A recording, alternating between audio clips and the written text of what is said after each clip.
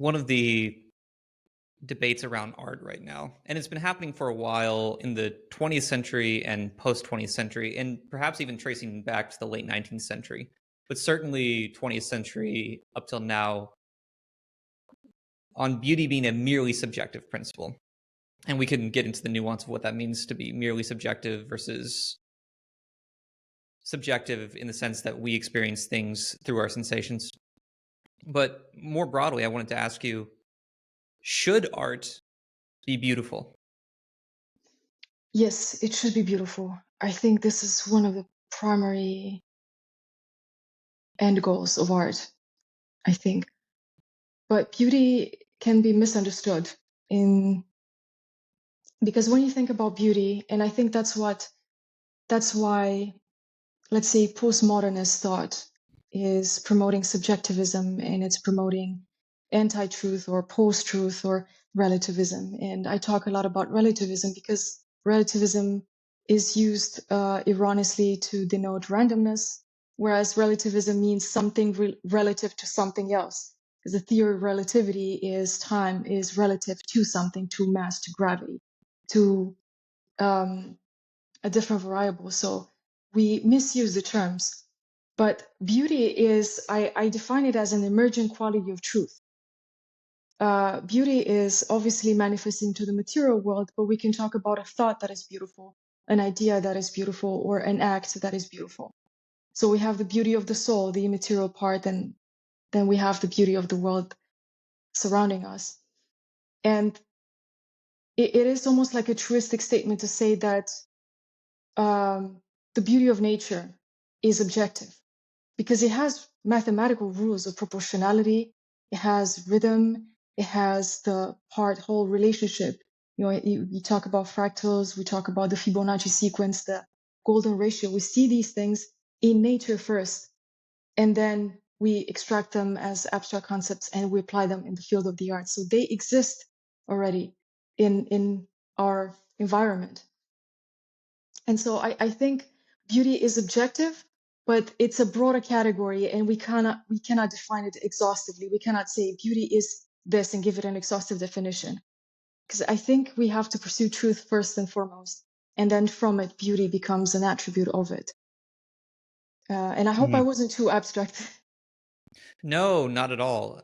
I'm one of the things that I try to do on this podcast is think about who is listening to this, and to people that accept that we don't exist in a merely material world. What you said will resonate. There are, however, on the other end of this, let's call them the atheistic, agnostic, intellectualist, reductionist individuals with this sort of predisposition towards an allergy toward, let's say, an allergy towards this idea of a universal concept of truth and beauty. So what would you say to somebody who doesn't immediately accept trying to think of a good way to word this, who doesn't immediately accept the presupposition of an objective truth, beauty, and goodness outside of the subjective experience? It is a difficult conversation sometimes, because when you have a conversation, the person you are addressing needs to be pursuing the same thing as you do, which is the truth. So in order to have a good and productive dialogue, both parties need to be open and honest in their pursuit of truth, because ultimately that's what you want to find out. And what I said, the pursuit of truth, if you reject the idea of an objective truth, it's very difficult to even start a conversation on different premises, because you're coming from completely clashing worldviews and you're trying to prove to each other using terminology that the other party rejects. So it's a little bit difficult. But what I say most of the times, and this is something that I study, it's systems thinking. When you think there's no objective truth, there's no absolutes, this is part of your mental system.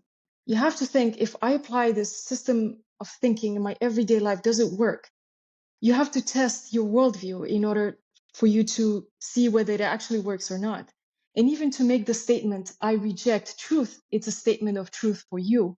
So if there's no such thing as objective truth, you can't even make a statement as such and reject my point of view. Because if you were honest and following your own philosophy, which is kind of absurd, you'd say, yes, truth is subjective. Everybody has their own truth. Therefore, I have to accept your truth, you thinking that there is objective truth. So according to your philosophy, you should accept my idea that I believe in objective truth, but it doesn't work. So your system really doesn't work when it comes to testing. And yeah, that's one of the problems that are so neglected. It's easy to think that way because it's very convenient. It's convenient intellectually, it's convenient emotionally. You just reject something that is uncomfortable for you because it makes you think about a higher authority, about responsibility in life, about a higher meaning. And that means abandoning yourself to some extent.